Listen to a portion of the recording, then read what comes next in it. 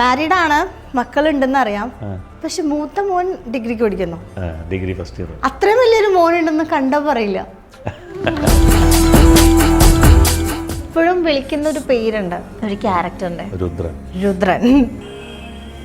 ഇപ്പൊ കാണുമ്പോൾ കുറച്ചുകൂടെ ഒക്കെ നന്നാക്കായിരുന്നു തോന്നുന്നു. രുദ്രനാണ് എൻ്റെ ജീവിതം, എൻ്റെ കരിയർ മാറ്റിമറിച്ചത്. തിരിച്ച് സീതയിലേക്ക് വരുമ്പോഴാണെങ്കിലും ആളുകൾ അത്രയും വീണ്ടും ഒരു നെഗറ്റീവ് ക്യാരക്ടർ പകുതി വെച്ചിട്ടാണല്ലേ നമ്മുടെ ഫ്ലവേഴ്സിൽ തുടങ്ങിയപ്പോൾ നായകനായി. അത് എനിക്ക് സീരിയലിലെ ആ ഒരു റൊമാൻറ്റിക് സാധനം ബ്രേക്ക് ചെയ്തത് നിങ്ങളാ. സീതയും ഒരു വേറെ ലെവലിലുള്ള ഒരു റൊമാൻസാണ്. സീതാ സീരിയല് യൂട്യൂബിൽ ട്രെൻഡിങ് വണ്ണാ. എപ്പിസോഡ് യൂട്യൂബിൽ വന്നാൽ ട്രെൻഡിങ് വണ്ണായിരിക്കും. സത്യം, ഞാൻ യൂട്യൂബിലാണ് കാണാറ്. അപ്പൊ അതിന്റെ അർത്ഥം എന്താ? അതിന്റെ കമന്റ് ബോക്സിൽ പോയി കഴിഞ്ഞാൽ അറിയാവുന്ന കാര്യം എന്ന് വെച്ചാൽ ഈ യങ്സ്റ്റേഴ്സ്, ടീനേജേഴ്സ് ഹിന്ദി സീരിയൽ കാണുന്ന ആൾക്കാർ മൊത്തം ഈ സീരിയൽ കാണും. അപ്പൊ ആൾക്കാർ അതൊക്കെ ആഗ്രഹിക്കുന്നുണ്ട്.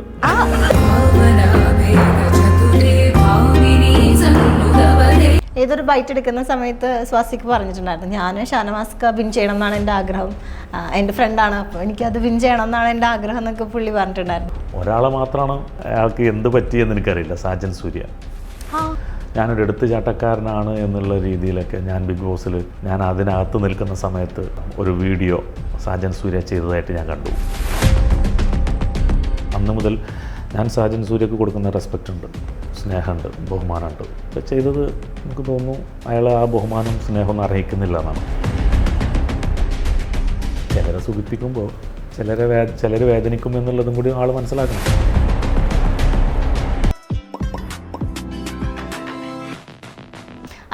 ഏറ്റവും കൂടുതൽ ആൾക്കാർ ഞെട്ടിപ്പോയ ഒരു സംഭവം എന്താണെന്ന് വെച്ചാൽ, മാരീഡ് ആണ്, മക്കളുണ്ടെന്ന് അറിയാം, പക്ഷെ മൂത്ത മോൻ ഡിഗ്രിക്ക് പഠിക്കുന്നു. Degree first year. അത്രയും വലിയൊരു മോൻ ഉണ്ടെന്ന് കണ്ടാ പറയില്ല.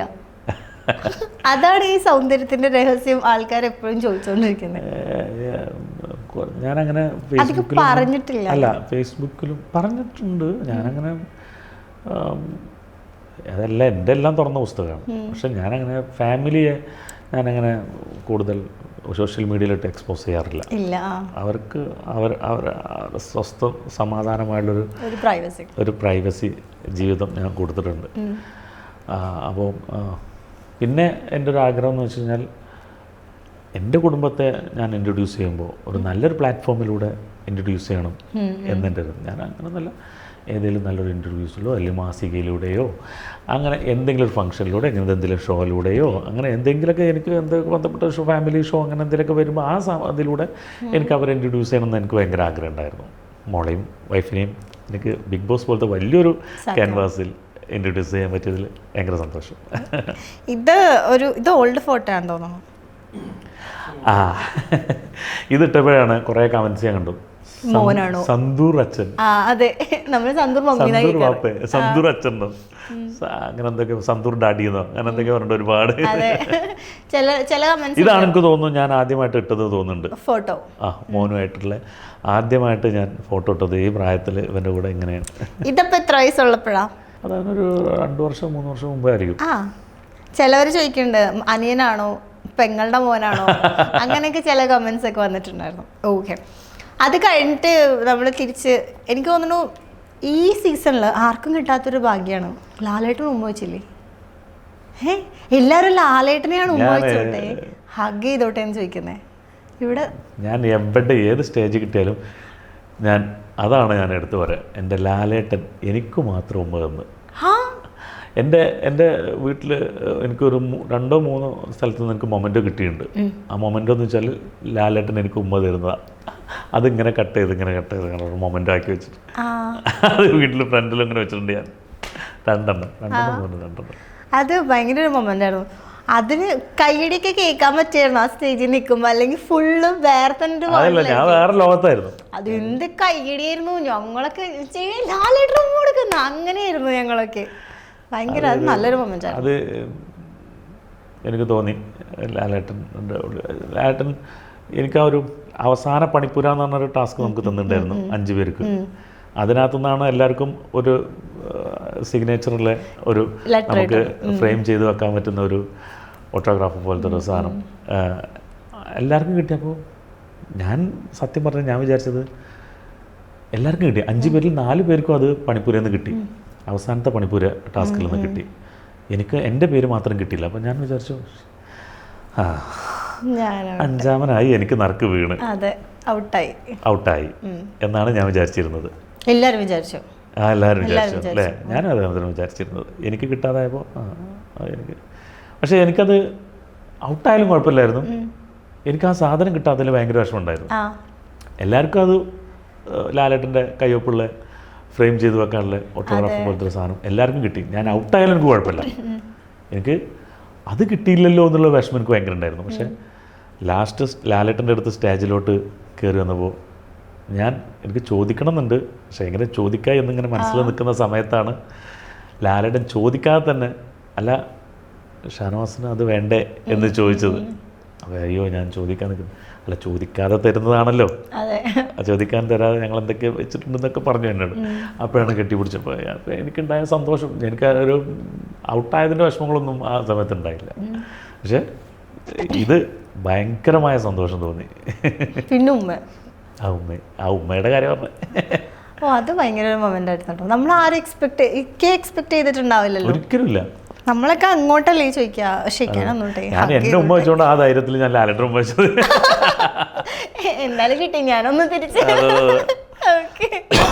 അത് കൂടാണ്ട് എനിക്ക് തോന്നുന്നു നമ്മുടെ ലാസ്റ്റ് നമ്മുടെ ഒരു ഫ്രണ്ട്ഷിപ്പും വിഷമങ്ങളും ഇടീൻ്റെ വീഡിയോസൊക്കെ പോസ്റ്റ് ചെയ്യുന്നൊരു നമ്മുടെ ആക്ടിവിറ്റി റൂമിൽ വിളിച്ചിരുത്തിയിട്ട് ബിഗ് ബോസ് ഓരോ വീഡിയോസ് ഇട്ടിട്ടുണ്ടായിരുന്നില്ലേ ലാസ്റ്റ് റീ എൻട്രി കഴിഞ്ഞപ്പോൾ.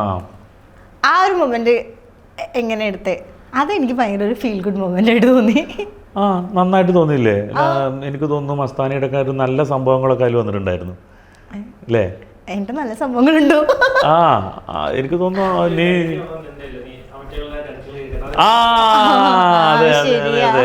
അവറ്റകളുടെ കരച്ചിലുകളൊക്കെ എന്താ രസം, നല്ല രസമുള്ള സാധനല്ലേ. അതെന്താ അടിയായിരുന്നല്ലേ? അതിൽ നിങ്ങളൊക്കെ ഒറ്റക്കെട്ടായി. ആ പാത്രം കഴുകാത്ത ഇഷ്യൂല് അക്ബർ, അപ്പാനി, നിങ്ങളൊക്കെ ഒറ്റക്കെട്ട്. പാത്രം കഴുകാതിരുന്ന ഞങ്ങൾ ഒറ്റക്കെട്ടാകാതിരിക്കും. ഞങ്ങളെല്ലാരും കഷ്ടപ്പെട്ട് പാത്രം കഴുകി, ഒരു പാത്രം കഴുകുന്നില്ല. ഞങ്ങൾ ആക്ച്വലി മനഃപൂർവ്വം ഉണ്ടാക്കിയതാ. ഓക്കെ, നമ്മൾ ബിഗ് ബോസ് അങ്ങനെ നല്ല ഗെയിമായിരുന്നു. ഗെയിമാകുമ്പോൾ വഴക്കുകളും പിണക്കങ്ങളും സ്ട്രാറ്റജീസും ട്രിഗറിങ്ങും ഒക്കെ ഉണ്ടാവും തീർച്ചയായും. പക്ഷെ അത് എല്ലാ ആളുകളും ആ വാതിലിൻ്റെ തിരിച്ചിറങ്ങുന്ന സമയത്ത് അവിടെ തന്നെ ഉപേക്ഷിച്ചിട്ടാണ് ഇറങ്ങുന്നത്. എനിക്ക് റീ എൻട്രിക്ക് വരാൻ തീരെ താല്പര്യമുണ്ടല്ലോ, ഞാൻ പറഞ്ഞല്ലേ. പക്ഷെ അത് വന്നത് ഒരു നല്ലൊരു ഡിസിഷൻ ആയിരുന്നു. അതാ കാരണം വളരെ കുറച്ച് പേര് ആ സമയത്ത് തന്നെ സപ്പോർട്ട് ചെയ്തിട്ടുണ്ടായിരുന്നു. അതായത് എവിടെയാണോ എല്ലാം നഷ്ടപ്പെടുന്നത് അവിടെ പോയിട്ട് അത് തിരിച്ചെടുക്കാൻ പറ്റുന്നത് ഒരു ഭാഗ്യമാണ്. ബിഗ് ബോസിന്റെ ഫിനാലെ കഴിഞ്ഞ് ഇറങ്ങുന്നതിന് മുമ്പ് തന്നെ മസ്താനി പോസിറ്റീവായിട്ട് ഇറങ്ങിയില്ലേ? അതുവരെ ഭയങ്കര നെഗറ്റീവ് അടിച്ച് വീട്ടിൽ നിന്ന് പുറത്തിറങ്ങാതെ ഭയങ്കര വിഷമത്തിൽ നിന്ന് ബിഗ് ബോസിനകത്ത് വന്ന് കരഞ്ഞ് നിന്നിരുന്ന ഒരാൾ ഭയങ്കര ടെൻഷൻ അടിച്ച് എൻ്റെ ഫ്യൂച്ചർ എന്താവുമെന്ന് ചിന്തിച്ച് അങ്ങനെ വിചാരിച്ചിരുന്ന ഒരാൾ ബിഗ് ബോസിൻ്റെ റീ എൻട്രിക്ക് ശേഷം അവിടെ നിന്ന് ഇറങ്ങുന്നതിന് മുമ്പ് തന്നെ പോസിറ്റീവായില്ലേ? സത്യം. അപ്പോൾ വന്നിട്ടില്ലായിരുന്നെങ്കിലോ? അപ്പോൾ നമ്മൾ ചിന്തിക്കുന്നത് ചില സമയത്ത് തെറ്റാവും. അതെൻ്റെ ലൈഫിലെ വലിയൊരു എക്സ്പീരിയൻസ് ആയിരുന്നു. ആ ഒരു തെറ്റാവുന്ന മാത്രമല്ല, അതിൽ നിന്ന് നമുക്ക് കിട്ടുന്ന വലിയൊരു പോസിറ്റീവ് നമുക്ക് നഷ്ടപ്പെടുകയും ചെയ്യും. നമ്മൾ അങ്ങനെ ഒരു ബാഡ് തീരുമാനം എടുത്തിരുന്നെങ്കിൽ. ഇപ്പോൾ ആൾക്കാർ നല്ല മെസ്സേജസും നല്ല സാധനങ്ങളൊക്കെ ഇപ്പോൾ എല്ലാവർക്കും തന്നെ ഇഷ്ടമാണ്. എല്ലാവർക്കും എല്ലാ ഓഡിയൻസ് ആണെന്നുണ്ടെങ്കിലും എല്ലാവരും അതിനെ ഗെയിമിൻ്റെ ഭാഗമായിട്ട് കണ്ടാൽ മതി. അപ്പോൾ എന്നാലും ചില വിഷമങ്ങൾ അല്ല ഗെയിമായിട്ട് കാണാനൊക്കെ നമുക്കറിയാം. പക്ഷെ എന്നാലും വിഷമം വരുന്ന കുറേ കാര്യങ്ങൾ അല്ല ഞാനത് വിട്ടു. ഞാൻ എൻ്റെതായുള്ള കാര്യങ്ങളൊക്കെ ആയിട്ട് മുന്നോട്ട് പോയിക്കൊണ്ടിരിക്കുക. അപ്പം നമ്മൾ നേരത്തെ പറഞ്ഞ പോലെ തന്നെ ബിഗ് ബോസ് ഷാനവാസ് മാറ്റി നിർത്തുന്നു. അല്ലാണ്ട് ഒരു ആക്ടർ ഷാനവാസിലേക്ക് വരുമ്പോൾ നമ്മൾ എല്ലാ ആളുകളും ഏറ്റവും കൂടുതൽ ഓർക്കുന്ന, ഏറ്റവും കൂടുതൽ ഇപ്പോഴും വിളിക്കുന്ന ഒരു പേരുണ്ട്, ഒരു ക്യാരക്ടറിൻ്റെ, രുദ്രൻ. നമുക്ക് ആ ഒരു വീഡിയോ കാണിച്ചിട്ട് തുടങ്ങാം. എല്ലാം സ്റ്റോക്ക് വെച്ചിരിക്കല്ലേ എല്ലാം. ഏഷ്യാനെറ്റ്.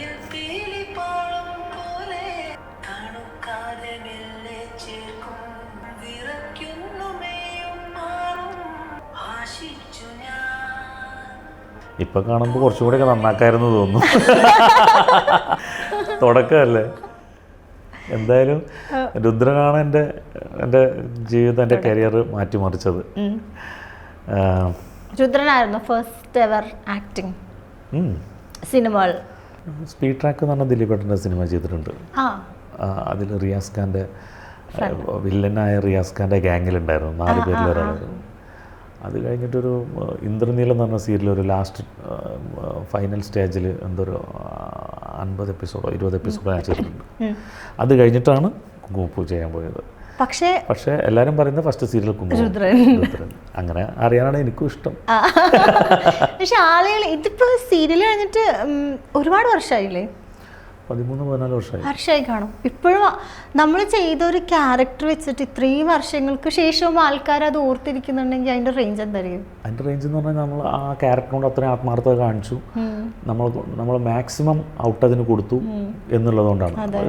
നമുക്ക് കിട്ടുന്ന ഒരു ക്യാരക്ടർ അത് അതിൻ്റെ പരമാവധി അവർ ആഗ്രഹിക്കുന്നതിൻ്റെ അപ്പുറത്തോട്ട് കൊടുക്കുക എന്നുള്ളതാണ് ഒരു ആക്ടറിൻ്റെ ഉത്തരവാദിത്തം. ഒരു 100% അവർ ആഗ്രഹിക്കുന്നുണ്ടെങ്കിൽ ഒരു 101% എങ്കിലും ഞാൻ കൊടുത്തു കഴിഞ്ഞാലാണ് അതിൻ്റെ റിസൾട്ട് വരുള്ളൂ. പിന്നെ എനിക്ക് കിട്ടിയൊരു ഭാഗ്യം എന്ന് വെച്ചാൽ എൻ്റെ കൂടെ അഭിനയിച്ചവരൊക്കെ നല്ല ബോൺ ആക്ടേഴ്സായിരുന്നു. അപ്പോൾ ഞങ്ങൾക്ക് മിങ്കിൾ ചെയ്ത് അങ്ങോട്ടും ഇങ്ങോട്ടും ഡിസ്കസ് ചെയ്ത് നമുക്ക് എത്ര മനോഹരമാക്കാം നമുക്ക് ഈ സീൻസിനെ എന്ന് പ്ലാൻ ചെയ്തിട്ടൊക്കെ ചെയ്യുമായിരുന്നു. ഞാൻ ചെയ്യുന്ന എല്ലാ വർക്കും ഞാൻ അങ്ങനെയാണ് ചെയ്യാറ്. നമ്മളൊരു സീൻ കിട്ടിക്കഴിഞ്ഞാൽ ഇപ്പം എനിക്ക് ഞാൻ പല വർക്കിൽ ഞാൻ ശ്രദ്ധിച്ചിട്ടുണ്ട്. എൻ്റെ കൂടെ വർക്ക് ചെയ്യുന്നവരും അല്ലാത്ത വർക്കുള്ള ആൾക്കാരൊക്കെ ഞാൻ ശ്രദ്ധിച്ചിട്ടുണ്ട്. നമുക്കൊരു ഒരു ഒരു ക്ലോസ് ഞാൻ ശ്വാസിക, മറ്റേ TS രാജു ചേട്ടൻ, മറ്റേ എൻ്റെ അമ്മയായിട്ട് അഭിനയിച്ചത് എൻ്റെ സിസ്റ്ററായിട്ട് മാൻവി, ഞങ്ങളെല്ലാവരും കൂടി സീതാ സീരിയലൊക്കെ ചെയ്തുകൊണ്ടിരിക്കുമ്പോൾ ഞങ്ങളൊരു സീൻ കിട്ടി കഴിഞ്ഞ് കഴിഞ്ഞാൽ ഞങ്ങളുടെ റൈറ്റർ രാജേഷ് പുത്തമ്പുരുണ്ട്, ഗിരീഷ് കോന്നി ഡയറക്ടറുണ്ട്. 2 പേരോട് ഞങ്ങൾ എന്താണ് ചെയ്യേണ്ടത്, എന്താണ് നിങ്ങൾ ഉദ്ദേശിക്കുന്നത് എന്ന് അങ്ങോട്ട് ചെന്ന് ചോദിക്കും. അപ്പോൾ അവർ പറയും. അപ്പോൾ ഞങ്ങൾ ചോദിക്കും, ഞങ്ങൾ പറയും ഞങ്ങൾ ഇങ്ങനെ ചെയ്തോട്ടെ, ഇത് ചെയ്തോട്ടെ ചോദിക്കും. അപ്പോൾ അവർ അതിന് അങ്ങനെ ചോദിച്ചാണ് ഓരോ സീനും ഞങ്ങൾ മനോഹരാക്കിയത് ആ സീതാ സീരിയലിൽ. അതേപോലെ തന്നെ ഒരു ഗിവ് ആൻഡ് ടേക്ക് ആയിരുന്നു ഞങ്ങൾ. അതായത് ഞങ്ങളൊരു ഇപ്പോഴത്തെ സീരിയലിലെ പിള്ളേരൊക്കെ ഞാൻ എല്ലാവരും അല്ല, ചില ആൾക്കാരൊക്കെ ഒരാളുടെ നമ്മൾ ക്ലോസ് ഷോട്ട്സ് എടുത്തുകൊണ്ടിരിക്കുക. ക്ലോസ് ഷോട്ട്സ് എടുക്കുന്ന സമയത്ത് എൻ്റെ ക്ലോസ് വെക്കുമ്പോൾ എന്നെ മാത്രം മതിയല്ലോ, ഓപ്പോസിറ്റ് നിൽക്കുന്ന ആർട്ടിസ്റ്റിനെ വേണ്ട. അപ്പോൾ ആ ഓപ്പോസിറ്റ് നിൽക്കുന്ന ആർട്ടിസ്റ്റ് ഇത് നോക്കി നിൽക്കല്ല, ഇയാളുടെ ക്ലോസിൽ ഇയാൾ എന്താണ് ചെയ്യുന്നത് എന്ന് നോക്കുന്നില്ല.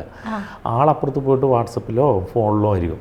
ശരിക്കും ഇപ്പം ഞാൻ എന്തെങ്കിലും ഒരു ആക്ടിവിറ്റി അല്ലെങ്കിൽ എന്തെങ്കിലും ഒരു സംഭവം ഞാൻ ചെയ്യുന്നുണ്ടെങ്കിൽ അതിൻ്റെ കൗണ്ടർ ചെയ്യണമെന്നുണ്ടെങ്കിൽ ആളെന്താണ് ചെയ്യണമെന്ന് നോക്കി നിന്ന് കഴിഞ്ഞാൽ നമുക്കത് ആ സീനിനെ അതിലും ബെറ്ററായിട്ട് മനോഹരമാക്കി നമുക്ക് ചെയ്യാൻ പറ്റും. കാരണം ഞാനിപ്പോൾ ഒരു എന്ന് പറയണമെന്നുണ്ടെങ്കിൽ ഞാൻ ഈ പറയുന്നത് ഞാൻ എന്താ ചെയ്തെന്നുള്ളത് മറ്റാൾ കണ്ടാലല്ലേ ഇത് മനസ്സിലാവും. ചില ഡയറക്ടേഴ്സ് പറഞ്ഞു കൊടുക്കും. ചിലപ്പോൾ ഈ ധൃതി പിടിച്ചിട്ട് ഓടിച്ചിട്ട് അടിക്കുന്നതിനൊക്കെ നമുക്ക് അതൊക്കെ ചിലപ്പോൾ മിസ്സായി പോകുമ്പോൾ അത്ര മനോഹരമാവില്ല. എന്നാലും മനോഹരമാവും. എല്ലാവരും ഞാൻ കുറ്റപ്പെടുന്നല്ല. വരുന്നവർ ഇനി വരുന്ന ആൾക്കാർ അതൊക്കെ ശ്രദ്ധിച്ചു കഴിഞ്ഞാൽ നല്ലൊരു കരിയർ അവർക്കുണ്ടാവും. അത് പറയാം. എനിക്ക് തോന്നുന്നു കുങ്കുമപ്പൂവ് എന്ന് പറയുമ്പോൾ നോർമലി ഒരു സംഭവം ഉണ്ടായിരുന്നു സീരിയൽസിൽ, ഭയങ്കര മേക്കപ്പ് ചെയ്ത് പട്ടുസാരി എടുത്ത് അങ്ങനത്തെ ഒരു സാധനം മാറ്റിയൊരു സാധനമായിരുന്നു കുങ്കുമപ്പൂ. അതിൽ ആക്ടേഴ്സ് നോർമലി നമ്മളെ എന്തൊക്കെയാണ് ഇടുന്നത് അതൊക്കെ ഇടുന്നത്. ഇപ്പൊ പ്രൊഫസർ ജയന്തി എന്ന് പറയുന്ന ക്യാരക്ടറിന് വേണമെങ്കിൽ പട്ടുസാരി ഇത്രയുള്ള മാലയൊക്കെ ഇട്ടിട്ട് നടക്കായിരുന്നു. പക്ഷെ അവർ ആ ഒരു ക്യാരക്ടറിനനുസരിച്ചുള്ള ഡ്രസ്സിങ് എല്ലാവരും, ഇപ്പം ഷെല്ലി അവര് മേക്കപ്പ് പോലും യൂസ് ചെയ്തിട്ട് ഇല്ലാണ്ടാണ് അത് ആക്ട് ചെയ്തത്. ഭയങ്കര റിയലിസ്റ്റിക് ആയിട്ടുള്ള അത്രയും റിയലിസ്റ്റിക് ഇമോഷൻസ് ക്യാരക്ടർ അങ്ങനെയായിരുന്നു. അതേപോലെ തന്നെ ഭയങ്കര റിയലിസ്റ്റിക് ആയിരുന്നു ആ ഒരു കഥ, നിങ്ങളുടെ ആക്ടിങ്. അതാണ് ജനങ്ങൾ ഏറ്റെടുത്തത്. അതുകൊണ്ട് ഭയങ്കര റീച്ച് ആയി. അതെ, TS രാജു ചേട്ടൻ ഉണ്ടായിരുന്നു അതിനകത്ത്, മറ്റേ GK പിള്ള സാറുണ്ടായിരുന്നു. അങ്ങനെ ആശ്ചേച്ചി, ഷേർലി, എല്ലാവരും കിടലിൻ്റെ ആർട്ടിസ്റ്റുകളായിരുന്നു. മത്സരമായിരുന്നു. പിന്നെ അശ്വതി ഉണ്ടായിരുന്നു, വില്ലത്തി ക്യാരക്ടർ ചെയ്ത് അവളൊക്കെ നന്നായിട്ട് പെർഫോം ചെയ്യണം. അമിതേട്ടൻ, അങ്ങനെ നമ്മൾ ലിഷോയ് ചേട്ടൻ എല്ലാവരും അടിപൊളിയായിരുന്നു. അതെ. അപ്പം മത്സരിച്ച് അഭിനയിക്കായിരുന്നു എല്ലാവരും. തുടക്കക്കാരെന്നുള്ളായിരുന്നു, ഞാൻ ഇവരായിട്ട് മത്സരിക്കായിരുന്നു. എത്തണ്ടേ. ആശുചേച്ചിയുടെ ഫസ്റ്റ് സീരിയൽ അല്ലേ അത്? ആശുചേച്ചിയുടെ ഫസ്റ്റ് സീരിയലാണ്. ആശുചേച്ചിക്ക് പിന്നെ സീരിയലോട്ട് തിരിഞ്ഞു നോക്കേണ്ടി വന്നില്ല. പിന്നെ അതാണ് പിന്നെ അങ്ങ് റേഞ്ച് മാറി. അതെ. പിന്നെ എനിക്ക് തോന്നുന്നു ഷെല്ലിയും നമ്മുടെ മിന്നൽ മുരളിയിലെ ആ ഒരു സാധനം, അതും ഭയങ്കര നല്ലൊരു ക്യാരക്ടർ അല്ലേ? അവരായിട്ടൊക്കെ ഇപ്പൊ കോണ്ടാക്ട് ഉണ്ടോ? അതൊക്കെ ശല്യമായിട്ട് അങ്ങനെ വിളിയോ കാര്യങ്ങളോ ഒന്നുമില്ല. എവിടെയെങ്കിലും കണ്ടു കഴിഞ്ഞാലോ. ബിഗ് ബോസിന് ശേഷം അവരാരെങ്കിലൊക്കെ മെസ്സേജോ അങ്ങനെ എന്തെങ്കിലുമൊക്കെ? അങ്ങനൊന്നുമില്ല. എൻ്റെ ഒരു പ്രശ്നം അതാണ്, ഈ കോണ്ടാക്ട്സ് മെയിൻറ്റെയിൻ ചെയ്യില്ല. അത് എൻ്റെ ഒരു ഡ്രോബാക്ക്. എനിക്ക് മനസ്സിലാവും, ഞാൻ അങ്ങനെയാവും. പക്ഷെ കണ്ടു കഴിഞ്ഞാൽ ഭയങ്കര കമ്പനി ആയിരിക്കും. എവിടെ നിർത്തി അവിടെ നിന്ന് തുടങ്ങാൻ പറ്റും. സ്നേഹം എപ്പോഴും ഉണ്ടാവും. എനിക്ക് സത്യം എല്ലാവർക്കും അറിയാം. എനിക്ക് ആ ഒരു പ്രശ്നമുണ്ട്. ഫോൺ ചെയ്യാൻ അത് നമുക്ക് ഭയങ്കര പ്രശ്നമാണ്. നമുക്ക് ഭയങ്കര പ്രശ്നം, പ്രത്യേകിച്ച് ഈ ഫീൽഡിൽ കോണ്ടാക്ട്സ് മെയിൻറ്റെയിൻ ചെയ്യണം, ഫോളോ അപ്പ് ചെയ്യണം, വിളിക്കണം. ഞാൻ എന്താ പറയുക, ഒരു 2-3 പ്രാവശ്യമൊക്കെ ഞാൻ വിളിച്ച് കഴിയുമ്പോൾ ഒരു ഒഴിവ് പറയേ, വിളിക്കാട്ടോ എന്ന് പറയേ, അല്ലെങ്കിൽ ഫോൺ എടുക്കാതിരിക്കുക, എന്തെങ്കിലും ചെയ്ത് കഴിഞ്ഞാൽ ഞാൻ ബാക്ക് അടിക്കും. എന്തിനാ വെറുതെ ബുദ്ധിമുട്ടിക്കുന്നത്? അതുകൊണ്ടല്ല, അവരെ ബുദ്ധിമുട്ടിക്കരുത്, നമ്മൾ കാരണം ബുദ്ധിമുട്ടായരുത് എന്നുള്ളൊരു ചിന്ത വരും. ഓക്കെ, എനിക്ക് മനസ്സിലാവും. അതിനുശേഷം അത് ഇപ്പോൾ ഒരു കുങ്കുമപ്പൂവിലാണെങ്കിലും രുദ്രൻ ഒരു വില്ലൻ, ഒരു നെഗറ്റീവ് ഷെയ്ഡ് പോലെ വന്നിട്ട് പിന്നെ ഭയങ്കര നമ്മുടെ ആ ക്യാരക്ടറിനെ സ്നേഹിക്കുന്ന ഒരു കാമുകനായിട്ട് മാറുന്നു. തിരിച്ച് സീതയിലേക്ക് വരുമ്പോഴാണെങ്കിലും ആളുകൾ അത്രയും വീണ്ടും ഒരു നെഗറ്റീവ് ക്യാരക്ടർ. അത് കഴിഞ്ഞിട്ട് വീണ്ടും സീതയിൽ ലാസ്റ്റിലേക്ക് വരുമ്പോഴേക്കും പകുതി വെച്ചിട്ടാണല്ലേ നമ്മുടെ ഫ്ലവേഴ്സിൽ തുടങ്ങിയപ്പോൾ നായകനായി. അത് എനിക്ക് സീരിയലിലെ ആ ഒരു റൊമാൻറ്റിക് സാധനം ബ്രേക്ക് ചെയ്തത് നിങ്ങളാണ്. സീതയും ഒരു വേറെ ലെവലിലുള്ള ഒരു റൊമാൻസ് ആയിരുന്നു ആ സമയത്ത്. ഞാൻ എൻ്റെ വീട്ടിൽ സീരിയലൊക്കെ കാണും. അപ്പം ഞാൻ ഉമ്മയുടെ കൂടെയൊക്കെ ഇരുന്ന് ഇതൊക്കെ കാണും. സീത ഏഷ്യാനെറ്റിലുണ്ടായിരുന്ന സമയത്തും നമ്മുടെ വീട്ടിൽ 6 മണിയാകുമ്പോൾ പിന്നെ ഏഷ്യാനെറ്റ് സൂര്യ മാറി മാറി വെക്കും. അന്ന് സൂര്യയിലും കുറേ സീരിയൽസ് ഉണ്ടായിരുന്നു. അപ്പോൾ ഒരു ശരിക്കും പക്ഷെ ഞാൻ കാണുമായിരുന്നു കേട്ടോ ഉമ്മേൻ്റെ കൂടെ. ഇത് ഫ്ലവേഴ്സ് തുടങ്ങിയതിന് ശേഷം എനിക്ക് കാണാൻ പറ്റില്ല. നിങ്ങൾ അമ്മാതിരി റൊമാൻസ് ഞാനിങ്ങനെ ഉമ്മേൻ്റെ കൂടെ ഇരുന്ന് കാണും. ഞാൻ നൈസായിട്ട് എണീറ്റു പഠിക്കാനുണ്ടെന്നൊക്കെ പറഞ്ഞു. ഞാൻ നോക്കും, നല്ല റൊമാൻസാ. അതുവരെ ഉണ്ടായിരുന്ന റൊമാൻസ്. പക്ഷെ വേറൊരു കാര്യമുണ്ട്, ഉമ്മൊക്കെ ഒന്ന് മറ്റേ കുളത്തിലിരുന്ന് കുളിക്കുന്നൊക്കെ എനിക്ക് ഒരു കാര്യം ഞാൻ പറഞ്ഞതാ. സീതാ സീരിയല് യൂട്യൂബിൽ ട്രെൻഡിങ് 1 എപ്പിസോഡ് യൂട്യൂബിൽ വന്നാൽ ട്രെൻഡിങ് 1 ആയിരിക്കും. സത്യം, ഞാൻ യൂട്യൂബിലാ കാണാറ്. അപ്പൊ അതിന്റെ അർത്ഥം എന്താ? അതിന്റെ കമന്റ് ബോക്സിൽ പോയി കഴിഞ്ഞാൽ അറിയാവുന്ന കാര്യം എന്ന് വെച്ചാൽ, ഈ യങ്സ്റ്റേഴ്സ്, ടീനേജേഴ്സ് ഹിന്ദി സീരിയൽ കാണുന്ന ആൾക്കാർ മൊത്തം ഈ സീരിയൽ കാണും. അപ്പോൾ ആൾക്കാർ അതൊക്കെ ആഗ്രഹിക്കുന്നുണ്ട്. ആ സമയത്ത് ഞാൻ ടീനേജറാണോ? പ്രണയം ആഗ്രഹിക്കാത്ത മനുഷ്യന്മാരാരാ? ആരില്ല. പ്രണയം ഇഷ്ടപ്പെടാത്തവരാരാ? എല്ലാവർക്കും ഇഷ്ടം. അതുകൊണ്ട് ഞങ്ങൾക്ക് ടി വിയിൽ അത് നമ്മൾ എല്ലാ സീരിയൽസിലും എല്ലാത്തിലൊക്കെ പ്രണയം കാര്യങ്ങളൊക്കെ ഉണ്ടാകും. പക്ഷെ നമുക്കൊരു ഫീല് വരും. അത് അഭിനയമാണ്. അതായത് നമ്മുടെ സീക്വൻസ് അല്ല, ഫൈറ്റ് സീനാണെന്നുണ്ടെങ്കിൽ അടിപൊളിയായിട്ട് ഫൈറ്റ് ചെയ്താലേ നമുക്ക് ആ ഫീൽ കിട്ടുള്ളൂ. പ്രണയത്തിൻ്റെ സീനിൽ നമ്മൾ മനസ്സിൽ കുളിർമ ഉണ്ടാവണം, അല്ലെങ്കിൽ നമുക്കും കാണുന്നവർക്കൊരു പ്രണയം തോന്നണം. അല്ലാതെ എഴുതി വെച്ചിട്ട് എന്തെങ്കിലും. പക്ഷെ ഞാനിതൊന്നും വില്ലിങ് അല്ലായിരുന്നു കേട്ടോ. ഞാൻ ഇതിന് വില്ലിങ്ങേ അല്ലായിരുന്നു. ഞാൻ ഇത് ഈ പ്രണയത്തിൻ്റെ ഒരു സാധനം തുടങ്ങുന്ന സമയത്ത് സീത സന്യസിക്കാൻ വേണ്ടി പോവാണ് എന്ന് പറയുമ്പോൾ അവളുടെ അച്ഛൻ പറയും, അവളെ സന്യസിക്കാൻ വിടരുത്, നിനക്ക് കല്യാണം കഴിച്ചു തന്നു, എങ്ങനെയെങ്കിലും അവൾ അതിൽ നിന്ന് പിന്തിരിപ്പിക്കണം എന്ന് പറയുമ്പോൾ ഞാൻ ഉറപ്പ് വാങ്ങി സത്യം ചെയ്യിച്ചിട്ട് പിന്നെ അവളെ ഞാൻ സന്യസിക്കാൻ വിടാതെ ഞാൻ അവളെ എൻ്റെ ജീവിതത്തിൽ കൊണ്ടുവരാമെന്നുള്ളത്, എനിക്ക് കല്യാണം കഴിച്ചു തരാമെന്നുള്ള ഉറപ്പ് വരുത്തിയതിന് ശേഷം അവളെ സന്യസിക്കാൻ കൊണ്ടുപോകാൻ ഞാൻ ആശ്രമത്തിൽ ഞാൻ ആക്കി വിടാമെന്ന് പറഞ്ഞ വണ്ടിയിലേറ്റി കൊണ്ടുവന്നിട്ട് എൻ്റെ ഒരു റിസോർട്ടിലോട്ട് ഞാൻ അവളെ വലിച്ചു കൊണ്ടുപോകുന്നുണ്ട്. ഒരു പാതിരത്ത് ഞാൻ ഇവിടെ ഇറങ്ങില്ല, ഞാൻ വരില്ല എന്ന് പറയുന്നിടത്ത് നിന്ന് വലിച്ചു കൊണ്ടുപോകുന്നുണ്ട്. ഡയറക്ടറും റൈറ്ററും എഴുതിയിരിക്കുന്നത് എടുത്തുകൊണ്ട് കൊണ്ടുപോകണമെന്നാണ്. അവളെ എടുത്തു. ഞാൻ വില്ലിങ് ആയില്ല. എടുത്തോണ്ട് കൊണ്ടുപോകാനാ, എന്നെ കൊണ്ടൊന്നും പറ്റില്ല, ഞാൻ ചെയ്യില്ല എന്നും പറഞ്ഞ് ഞാൻ ആ സീൻ ചെയ്തില്ല. അന്ന് ആ സീൻ മുടങ്ങി, ചെയ്തില്ല. അന്ന് രാത്രി റൈറ്റർ എൻ്റെ അടുത്ത് വന്നിട്ട് എന്നോട് പറഞ്ഞു ഞാൻ സാറ്റിസ്ഫൈഡ് അല്ല, അയ്യോ.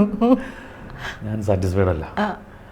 അതായത് ഞാൻ വില്ലനിൽ നിന്നും നായകനിലോട്ട് മാറുകയാണ്. റേറ്റിംഗ് പറ്റ കുറഞ്ഞ് സീരിയൽ സ്റ്റോപ്പ് ചെയ്യാൻ പറഞ്ഞൊരു 3 ആഴ്ചത്തെ റേറ്റിംഗ് കൂടി നോക്കാം, അതിനുശേഷം കണ്ടിന്യൂ ചെയ്യണോ അല്ലെങ്കിൽ നിങ്ങൾ ക്ലൈമാക്സ് ചെയ്തണോ എന്നുള്ളത് തീരുമാനിക്കാം എന്ന് പറഞ്ഞിടത്തുനിന്ന് ഒരു റൈറ്റർ ഒരു ചേഞ്ച് വരുത്തുക, എൻ്റെ ക്യാരക്ടറിനെ പോസിറ്റീവാക്കാൻ വേണ്ടി ചെയ്യുന്ന പരിപാടികൾ തുടങ്ങാണ്. പക്ഷെ തുടക്കത്തിൽ തന്നെ കല്ലുകടിയാണ്. ഞാൻ സമ്മതിക്കുന്നില്ല, എനിക്ക് വില്ലൻ ചെയ്യാൻ ഇഷ്ടം. അപ്പോൾ അങ്ങനെ ആകുമ്പോൾ ഈ റൊമാൻസും കാര്യങ്ങളൊന്നും ഉണ്ടാവില്ലല്ലോ. അപ്പോൾ സേഫ് സോണിൽ ഇങ്ങനെ അഭിനയിച്ച് പോകാമല്ലോ. അപ്പോൾ അങ്ങനെ വിചാരിച്ച് നിൽക്കുന്ന സമയത്താണ് ആൾ വന്ന് സത്യം പറഞ്ഞാൽ എന്നോട് രാജേഷ് പുത്തമ്പുര എന്ന് പറഞ്ഞ റൈറ്റർ എൻ്റെ മുന്നിൽ വന്നിട്ട് അത് ഒരുപാട് സ്വപ്നം കണ്ടിട്ട് അയാൾ ഒരുപാട് കാൽക്കുലേഷൻ ഉണ്ടായിരുന്നു ഈ ഒരു സീരിയലിന് ഈ ഒരു നല്ല ലെവലിലോട്ട് എത്തിക്കണം എന്നുള്ളൊരു കാഴ്ചപ്പാടോട് വന്ന ആൾക്ക് കിട്ടിയ വലിയൊരു അടിയായിരുന്നു ഞാനിത് ചെയ്യില്ല എന്ന് പറഞ്ഞത്. എന്നെ വിശ്വസിച്ചിട്ടാണ് അയാൾ എന്നെ നെഗറ്റീവിൽ നിന്നും പോസിറ്റീവ് ആക്കിയത്. പക്ഷേ ഞാൻ തുടക്കത്തിൽ നിന്ന് ഞാൻ ചെയ്യില്ല എന്ന് പറഞ്ഞപ്പോൾ ആൾക്ക് ഭയങ്കര വിഷമം. അയാൾ കണ്ണ് വരെ നിറഞ്ഞുപോയി. ഞാൻ ഷാനു നമുക്കിത് ഈ സീരിയലിനെ രക്ഷപ്പെടുത്തണമെന്നുണ്ടെങ്കിൽ ഷാനു സഹകരിച്ചേ പറ്റുള്ളൂ. അപ്പം ഇങ്ങനെ പറഞ്ഞപ്പോൾ ഞാനിരുന്ന് ആലോചിച്ചു, അയ്യോ ഞാൻ ചെയ്യുന്ന ജോലിയോട് ചെയ്യുന്ന എന്താ പറയുക ചെയ്യുന്ന ഒരു ശരികേടാണല്ലോ ഇത്. എൻ്റെ തൊഴിലിനോട് ഞാൻ കാണിക്കുന്ന ഒരു തെറ്റാണിത്. അപ്പോൾ ഒരു ആക്ടറായാൽ ഇതൊക്കെ ചെയ്യേണ്ടി വരും എന്നുള്ളൊരു ആ ഒരു ചിന്ത അവിടെ നിന്നാണ് ഞാൻ ആ തീരുമാനം. കാരണം കാരണം റൊമാൻസിനോടൊന്നും അത്ര താല്പര്യമില്ലായിരുന്നു, അങ്ങനെയുള്ള അഭിനയിക്കാനും താല്പര്യമില്ലായിരുന്നു. അറിയാമല്ലോ നമ്മുടെ എന്തായതാന്നുള്ളത്. അപ്പോൾ പിന്നെ എൻ്റെ തൊഴിലിനോട് ഞാൻ നന്ദികേട് കാണിക്കാൻ പറ്റില്ല എന്നുള്ള തീരുമാനം തോന്നിയോടത്തുനിന്നാണ് ഞാൻ ശരി റൈറ്റർ എന്താ ആഗ്രഹിക്കണം, ഡയറക്ടർ എന്താ ആഗ്രഹിക്കണം അത് കൊടുക്കാം, ഇതെൻ്റെ കടമയാണെന്ന് തീരുമാനിച്ചിട്ട് പിന്നെ അവിടെ നിന്ന് അങ്ങോട്ട് പിന്നെ റൊമാൻസിൻ്റെ 5-6 കളിയായിരുന്നു. പിന്നെ സീതയുടെ റൊമാൻസ് യൂട്യൂബ് ഭരിച്ചു. ഓക്കെ, എന്തായാലും നമ്മൾ തിരിച്ച് സീതേനെ കുറിച്ച് പറയുമ്പോൾ ഞാൻ ഒരു വീഡിയോ കാണിച്ചു തരാം. നല്ല സീനായിരുന്നു.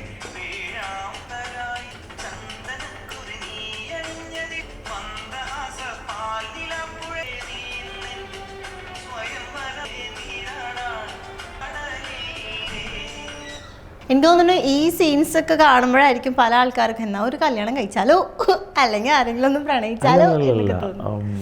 ആ സമയത്ത് ആലുവയിലുള്ളൊരു കുട്ടി എൻ്റെ കോണ്ടാക്ട് നമ്പർ എവിടുന്നോ തപ്പി പിടിച്ചിട്ട് ഭയങ്കര കരച്ചിലും ഭയങ്കര നന്ദി പറച്ചിലും ഇതൊക്കെയായിരുന്നു. എന്താണെന്ന് വെച്ചാൽ ആ സമയത്ത് എന്തോ ഒരു കല്യാണം കഴിച്ചതിന് ശേഷം പിണങ്ങി ഡിവോഴ്സിൻ്റെ വക്കിൽ വരെ എത്തി നിൽക്കുന്ന 2 മറ്റേ ഭാര്യ ഭർത്താക്കന്മാർ അവർ പിണങ്ങി നിൽക്കുകയാണ്. അപ്പം ഭർത്താവ് ഭാര്യയെ കോണ്ടാക്ട് ചെയ്യാൻ വേണ്ടി ശ്രമിച്ചുകൊണ്ടേ ഇരിക്കുന്നുണ്ട്. അയാൾക്ക് ഭയങ്കര സ്നേഹമാണ്, സോളോയാണ്. ഇവളാണ് വാശി പിടിച്ചുകൊണ്ട് നിന്നുകൊണ്ടിരുന്നത്. പക്ഷെ ഇവിടെ നിരന്തരം നമ്മൾ സീരിയലൊക്കെ കണ്ടിട്ട് മിസ് ചെയ്ത് പ്രണയിക്കണം എന്ന് പറഞ്ഞാൽ പിന്നെ ആളെ അങ്ങോട്ട് വിളിച്ച് ഇതൊക്കെ ആക്കി വീണ്ടും അവർ ഒന്നിച്ച് ജീവിക്കാൻ തുടങ്ങി എന്നും പറഞ്ഞിട്ട് കരഞ്ഞ് എന്നെ വിളിച്ച് നന്ദിയൊക്കെ പറഞ്ഞിട്ടുണ്ടായിരുന്നു. നല്ല നല്ല അനുഭവങ്ങളൊക്കെ ഉണ്ടായിട്ടുണ്ട് സീരിയലിൽ. ഭയങ്കരമായിട്ട് സെലിബ്രേറ്റ് ചെയ്യപ്പെട്ട ഒരു ഇന്ദ്രൻ സീത, മറ്റേതില് രുദ്രൻ. സീതേന്ദ്രൻ എന്നൊരു ടൈറ്റിലൊക്കെ ഇട്ടുണ്ടായിരുന്നു. ഭയങ്കര ഫാൻസ് ഉള്ളതായിരുന്നു. നല്ല നല്ല പേരാണല്ലേ ക്യാരക്ടേഴ്സിന് കിട്ടുന്നത്. രുദ്രൻ, ഇന്ദ്രൻ, ശരിക്കും അതാ ചെയ്യുന്നത്. രുദ്രൻ എഴുതിയ ആൾ തന്നെയായിരുന്നു സീതയും ആദ്യകാലങ്ങളിൽ എഴുതിയിരുന്നത്. അതന്നെയാണ് ആ പേരിനോട് സാമ്യം വന്നത്. ഭയങ്കര സാമ്യമുള്ള പ്രദീപ് പണിക്കർ എന്ന് പറഞ്ഞ റൈറ്ററായിരുന്നു കുങ്കുമപ്പൂ എഴുതിയിരുന്നത്. ആൾ തന്നെയായിരുന്നു സീതയും എഴുതിയിരുന്നത്. ഒരു പകുതി എത്തിയപ്പോഴൊക്കെ ആൾക്ക് ബിസി ആയപ്പോൾ ആൾ മാറി വേറെ റൈറ്റർ വന്നു. ഓക്കെ, എനിക്ക് തോന്നുന്നു മറ്റേ തിരിച്ച് ബിബിന്ന് ഇറങ്ങി തിരിച്ച് എയർപോർട്ടിൽ വന്ന റീൽസൊക്കെ ഭയങ്കര സ്വീകരണം കിട്ടിയിട്ടുണ്ടായിരുന്നല്ലോ. അപ്പൊ അതിലെല്ലാ റീൽസിനും സ്വാസികയുടെ കമന്റ് ഉണ്ടായിരുന്നു. നമ്മൾ ഏതോ ഒരു ബൈറ്റ് എടുക്കുന്ന സമയത്ത് ലൈക്ക് ഒക്കെ ഉണ്ടായിരുന്നു. ഏതൊരു ബൈറ്റ് എടുക്കുന്ന സമയത്ത് സ്വാസിക്ക് പറഞ്ഞിട്ടുണ്ടായിരുന്നു, ഞാൻ ഷാനവാസ്ക വിൻ ചെയ്യണം എന്നാണ് എൻ്റെ ആഗ്രഹം, എൻ്റെ ഫ്രണ്ടാണ്, അപ്പോൾ എനിക്കത് വിൻ ചെയ്യണം എന്നാണ് എൻ്റെ ആഗ്രഹം എന്നൊക്കെ പുള്ളി പറഞ്ഞിട്ടുണ്ടായിരുന്നു. എങ്ങനെ ഇപ്പോഴും ഭയങ്കര കമ്പനിയാണോ? എല്ലാവരും ഓൾമോസ്റ്റ് എല്ലാവരും എൻ്റെ കൂടെ വർക്ക് ചെയ്തവരൊക്കെ എല്ലാവരും നല്ല സ്നേഹത്തിലാണ്, എല്ലാവരോടും നല്ല സ്നേഹത്തിലാണ്. കുറേ ആൾക്കാരൊക്കെ എനിക്ക് അനുകൂലമായിട്ട് ഓക്കെ എന്തൊക്കെയോ വീഡിയോ ഒക്കെ കാര്യങ്ങളും വിഷസൊക്കെ ചെയ്തിട്ടുണ്ട്. അതിൽ ഒരാളെ മാത്രമാണ് അയാൾക്ക് എന്ത് പറ്റിയെന്ന് എനിക്കറിയില്ല, സാജൻ സൂര്യ. സാജൻ സൂര്യ എനിക്ക് അഗെയിൻസ്റ്റ് ആകുന്ന രീതിയിൽ ആൾക്കാർ മോശമായിട്ട് ഞാനൊരു എടുത്തുചാട്ടക്കാരനാണ് എന്നുള്ള രീതിയിലൊക്കെ ഞാൻ ബിഗ് ബോസിൽ ഞാൻ അതിനകത്ത് നിൽക്കുന്ന സമയത്ത് ഒരു വീഡിയോ സാജൻ സൂര്യ ചെയ്തതായിട്ട് ഞാൻ കണ്ടു. അത് സാജൻ സൂര്യ ചെയ്തത് മോശമായി ഒരു പ്രവണതയാണ്. നിങ്ങൾ ഒന്നിച്ചിട്ടുണ്ടായിരുന്നു? ഞങ്ങൾ ഒന്നിച്ചായിരുന്നു. ഞാൻ ഭയങ്കര ഇഷ്ടപ്പെടുന്ന ഒരു ആക്ടറിൽ ഒരാളാണ്. ഞാൻ ഒരുപാട് ബഹുമാനിക്കുന്ന സ്നേഹിക്കുന്ന ഒരു ആക്ടറാണ് സാജൻ സൂര്യ. പക്ഷേ സാജൻ സൂര്യ പലരും എന്നെ വിളിച്ചിട്ട് അറിയിച്ചു, കാണിച്ചു തന്നു, സാജൻ സൂര്യ എനിക്ക് അഗെയിൻസ്റ്റ് ആയിട്ടോ ഞാനൊരു എടുത്തുചാട്ടക്കാരനായിട്ടും ദേഷ്യക്കാരനൊക്കെ ആയിട്ട് ചിത്രീകരിക്കുന്ന രീതിയിൽ ഒരു വീഡിയോ ചെയ്തതായിട്ട് ഞാൻ കണ്ടു. അതെനിക്ക് ഭയങ്കര വിഷമം തോന്നി. എനിക്ക് തോന്നുന്നു ബിന്നിയുടെ പേരായിട്ടാണ് ഗീതാ ഗോവിന്ദത്തിൽ സാജൻ സൂര്യ അഭിനയിച്ചുകൊണ്ടിരിക്കുന്നത്. അപ്പോൾ ചില ആൾക്കാരുടെ ഇഷ്ടങ്ങൾ പിടിച്ചു വാങ്ങണമെന്നുണ്ടെങ്കിൽ ചില ആൾക്കാരെ വിഷമിപ്പിക്കേണ്ടി വരുമായിരിക്കും. അതിൻ്റെ ഭാഗമായിട്ട് പറഞ്ഞതായിരിക്കും. മോശം എന്താ പറയുക, വളരെ മോശമായി എന്ന് പറയും. ആളുടെ മോശം ചിന്താഗതി പറയാൻ പാടില്ലാത്തതായിരുന്നു. പറയാൻ പാടില്ലാത്ത കാര്യങ്ങൾ സാജൻ സൂര്യ പറഞ്ഞിട്ടുണ്ടെന്നുണ്ടെങ്കിൽ അത് അയാളുടെ മോശം ചിന്താഗതി മാത്രമേ എനിക്ക് പറയാനുള്ളൂ. നമ്മളൊക്കെ എല്ലാവരും മത്സരിക്കാവുന്നതാണ്. അപ്പോൾ നമുക്ക് ദോഷം വരുന്ന രീതിയിൽ ഒരു കമൻറ്റ് പോലും പറയുന്നത് ശരിയായ പ്രവണതയാണെന്ന് എനിക്ക് തോന്നുന്നില്ല. പിന്നീട് അതിന് എക്സ്പ്ലനേഷനും തന്നില്ല ഇറങ്ങിയതിനു ശേഷം. അത് ചെയ്യേണ്ട കാര്യമില്ലല്ലോ. അത് അയാളുടെ മോശം ചിന്താഗതി, വളരെ മോശം പ്രവണത സാജൻ സൂര്യയുടെ. അത് സാജൻ സൂര്യ ചെയ്തത് തെറ്റാണെന്ന് പറയേണ്ടി വരും.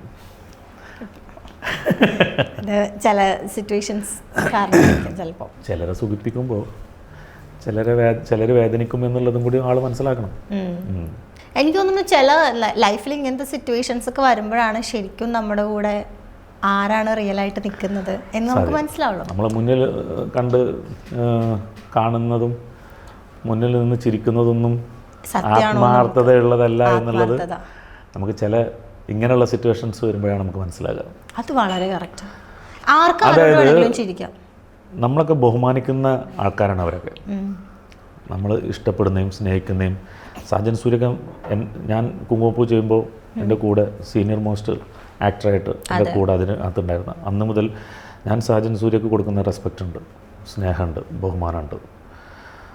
പക്ഷേ അതൊന്നും അർഹിക്കുന്നില്ലാത്ത രീതിയിലാണ് ആളുടെ പെരുമാറ്റം. ചിലത് നമ്മൾ എന്താ പറയുക, ചോദിച്ചു വാങ്ങേണ്ടതല്ല. അത് അർഹിച്ച് നമ്മൾ കണ്ടറിഞ്ഞ് തരുന്നത് അത് അയാൾ അർഹിക്കുന്നു എന്ന് തോന്നുമ്പോഴാണ്. പക്ഷേ ഇപ്പോൾ ചെയ്തത് നമുക്ക് തോന്നുന്നു അയാൾ ആ ബഹുമാനവും സ്നേഹമൊന്നും അർഹിക്കുന്നില്ല എന്നാണ്. അത് കുഴപ്പമില്ല. ചില തിരിച്ചറിവുകൾ അങ്ങനെയാണ്, നല്ലതാണ്. നമുക്ക് ഫിൽട്ടർ ചെയ്യാൻ പറ്റും. ആരൊക്കെ നമ്മുടെ മുന്നോട്ടുള്ള യാത്രയിൽ ആരൊക്കെ കൂടെ കൂട്ടണം, ആരൊക്കെ ഒഴിവാക്കണം എന്നൊക്കെ ഉള്ളൊരു തിരിച്ചറിവ് നമുക്ക് കിട്ടും. അതെ, അതാണിത്. ഓക്കെ, ഞാൻ ഒരു വീഡിയോയും കൂടി കാണിച്ചു തരാം. കാരണം സീതേന്ദ്രത്തിന് അങ്ങനെ നമുക്ക് വിടാൻ പറ്റത്തില്ല, അമ്മാതിരി ഫാൻസ് ഉണ്ട്. ഇതെന്താ തീരാത്തെന്നൊക്കെ.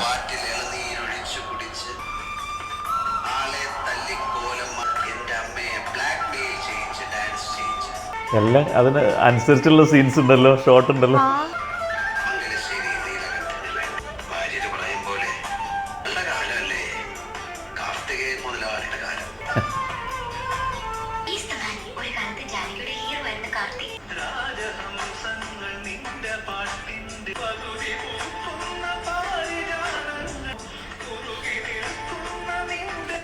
അയ്യോ, സത്യം പറഞ്ഞില്ലേ, ലാലേട്ടന്റെ ഈ സിനിമയിലെ ഡയലോഗ്സ് നിങ്ങൾക്ക് ഭയങ്കരമായിട്ട് ചേരുന്നുണ്ട്. ആ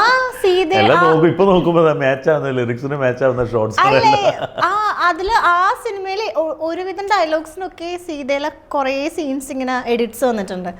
എല്ലാം പക്കാ പെർഫെക്റ്റ്. അതെങ്ങനെ ഷാനവാസ്കാർക്കും അതായത് മറ്റേ റൈറ്റർ ഞങ്ങൾ രാജേഷ് പുത്തമ്പുര ആസ്വദിച്ച് എഴുതിയ സ്ക്രിപ്റ്റ് അത് നിങ്ങൾ ആസ്വദിച്ച് ചെയ്തിട്ടുണ്ട്. അത് നമുക്ക് ശരിക്കും ആ ഫീൽ കിട്ടും. അതായത് അത്ര ഹിറ്റ് ആവുന്നത്. അല്ലെങ്കിൽ ഇടുന്ന എല്ലാ എപ്പിസോഡും ട്രെൻഡിങ് ആവില്ല. കൂടെ നിൽക്കും. ഞങ്ങൾ ഗിരീഷ് കോന്ത് ഡയറക്ടർ ആണെങ്കിലും രാജേഷ് പുത്തമ്പുര റൈറ്റർ ആണെന്നുണ്ടെങ്കിലും ഞങ്ങളുടെ കൂടെ നിന്ന് ഞങ്ങൾ ചോദിക്കും ഇതൊക്കെ അല്ലേ, ഇതാണോ ഉദ്ദേശിക്കുന്നത് എന്ന് ചോദിച്ച് അതാണ് എന്ന് പറഞ്ഞ് കൂടെ നിൽക്കും. റൈറ്റർ ലൊക്കേഷനിലുണ്ടാവും, അവിടെ ഇരുന്ന് എഴുതുക.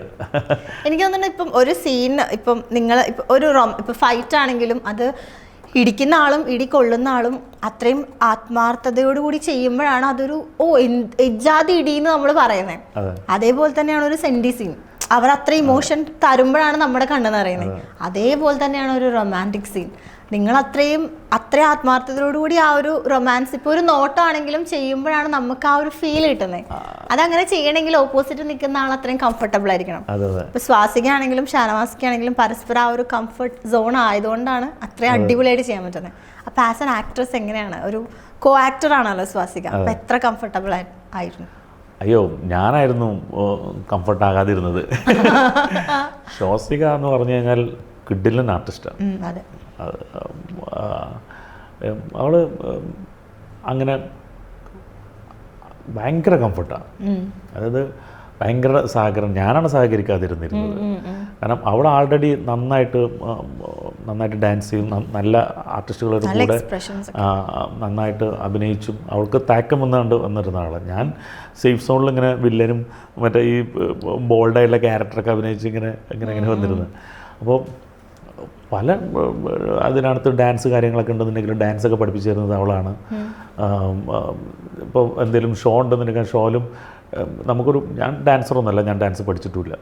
അപ്പോൾ നമുക്ക് അവിടെ ലൊക്കേഷൻ ആണെങ്കിലും എല്ലാം പറഞ്ഞു തന്ന് കൂടെ നിന്ന് നമ്മളെ മോട്ടിവേറ്റ് ചെയ്ത് കൊണ്ടുവരുന്ന ആളാണ് സ്വാസിക. സ്വാസിക കിഡിലൻ ആർട്ടിസ്റ്റാണ്. സ്വാസിക വേറെ ലെവലിലോട്ട് പോകും. എനിക്ക് ഇപ്പം ലബ്ബർ പന്തൊക്കെ ജാതി പെർഫോമൻസ് ആയിരുന്നു. അതെ, അത് ഭയങ്കര ആക്ട്രസ് ആട്ടോ. ഞാൻ ഭയങ്കര അഡ്മയർ ചെയ്യും. എനിക്ക് പുള്ളിക്കാരുടെ എക്സ്പ്രഷൻസ് ഒക്കെ ഭയങ്കര ഇഷ്ടമാണ് ഓരോ ക്യാരക്ടേഴ്സിലെ. പ്രത്യേകിച്ച് എനിക്ക് സീതയിൽ സ്വാസിക ദേവൻ താലി ഊരിയിട്ട് പോകുന്നൊരു സീനുണ്ട്. അതിലെ കരച്ചിലൊക്കെ ഞാൻ എപ്പോൾ വന്നാൽ ഇടയ്ക്കിടയ്ക്ക് ഇത് വരും നമുക്ക് യൂട്യൂബിലൊക്കെ, ഞാൻ ഇരുന്ന് കാണും. എനിക്ക് ആ കരച്ചിലൊക്കെ ഭയങ്കര ഇഷ്ടമാണ്. എല്ലാവരും ഇപ്പോൾ ദേവൻ ചെയ്ത ബിബിനാണെന്നുണ്ടെങ്കിലും അനിയത്തിയായി ചെയ്ത മാൻവിയാണെന്നുണ്ടെങ്കിൽ എല്ലാവരും നന്നായിട്ട് അതിൽ പെർഫോം ചെയ്തുകൊണ്ടാണ്, എല്ലാവരും നല്ല സഹകരണ മനോഭാവത്തോടു കൂടി അതിൽ വർക്ക് ചെയ്തുകൊണ്ടാണ് ആ ഒരു പ്രോജക്റ്റ് വരുന്നത്. അതുമാത്രമല്ല അതിൻ്റെ ക്രൂവിനെ പറയാതിരിക്കാനും പറ്റില്ല. രാജീവ് മാങ്കൊമ്പ് എന്ന് പറഞ്ഞാൽ ഞങ്ങളുടെ ക്യാമറമാൻ, വിഷ്ണു, മറ്റേ ഗസൽ, പിന്നെ കുറേ പിള്ളേരുണ്ട്, ആരും പേരെടുത്ത് പറയാൻ പറ്റില്ല, കുറേ ആൾക്കാരുണ്ട്. അവരും യൂണിറ്റിലെ പിള്ളേരും എല്ലാം ഒന്നിനൊന്ന് ചാടി വീണ് നമ്മൾ കൂടെ നിൽക്കും, ഏത് ഇതിലാണെന്നുണ്ടെങ്കിലും. അപ്പോൾ ആ ഒരു വലിയൊരു ക്രൂവിൻ്റെ വലിയൊരു സഹകരണ മനോഭാവത്തോടു കൂടിയുള്ള ചാടി വീണ വർക്ക് ചെയ്തതിൻ്റെ ഒരു റിസൾട്ടായിരുന്നു, ടോട്ടാലിറ്റി ആയിരുന്നു ആ സീരിയലിൻ്റെ റിസൾട്ട്. ഓക്കെ, ഞാനൊരു ബിഹൈൻഡ് ദ സീൻ വീഡിയോയും കൂടി കാണിച്ചു തരാം.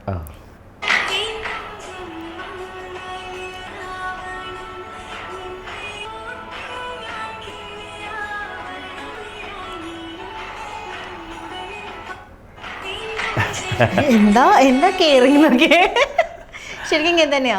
അത് റീലിന് വേണ്ടിയിട്ട് എന്തിനോ വേണ്ടിയിട്ട് പർപ്പസ്ഫുള്ളി ഷൂട്ട് ചെയ്യിപ്പിച്ചതാണത്. അല്ല, ബിഹൈൻഡ് ദി സീൻ ഒന്നല്ല. ഇനിയിപ്പോ അങ്ങനെ പറയാം. ഞാൻ ചോദിക്കട്ടെ, ഇത്രയും റൊമാൻസ് ചെയ്യുമ്പോഴേ ഇപ്പൊ എൻ്റെ ഒരു പാർട്ട്ണർ ഇങ്ങനെ വേറൊരു ആക്ട്രസിനായിട്ട് റൊമാൻസ് ചെയ്യും, എനിക്ക് സഹിക്കൂല. സംഭവം പ്രൊഫഷനാണ്, എല്ലാം ആണ്, ഓക്കെ, പക്ഷെ എനിക്ക് സഹിക്കില്ല. അപ്പൊ ഭാര്യക്ക് പൊസസീവ്നെസ് ഉണ്ടാവാറുണ്ട്. അങ്ങനെയാണെങ്കിൽ ഞാനിപ്പോൾ ഇവിടെ ഒന്നിരിക്കുമോ? അതില്ല.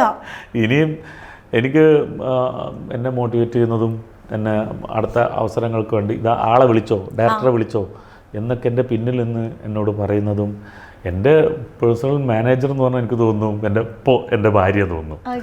കാരണം ആദ്യമൊന്നും അങ്ങനെ അവൾ കൂടുതൽ ഇൻവോൾവ് ആകാറില്ലായിരുന്നു. ഇപ്പം നിയറസ്റ്റ് ഇപ്പം ഞാൻ ബിഗ് ബോസിൽ പോയതിനു ശേഷം എല്ലാ കാര്യങ്ങൾക്കും വേണ്ടിയിട്ട് അവളായിരുന്നു കുറേയൊക്കെ ഓടി നടന്നിരുന്നത്. പല കാര്യങ്ങൾക്ക് എൻ്റെ വീക്കെൻഡ് കോസ്റ്റ്യൂംസിൻ്റെ കാര്യങ്ങൾ, അത് ഇത് എല്ലാത്തിനും ഓടി നടന്ന് റെഡിയാക്കിയിരുന്നതൊക്കെ അവളാണ്. ഇപ്പോഴും ഇപ്പോഴും ആരെങ്കിലുമൊക്കെ ഡയറക്ടേഴ്സിനെ പോയി കാണാനും കൺട്രോളേഴ്സിനെ പ്രൊഡ്യൂസേഴ്സിനൊക്കെ പോയി കാണാനും അവരെ വിളിച്ചവർ എന്നെ ഓർമ്മപ്പെടുത്തുന്നൊക്കെ ആളാണ്.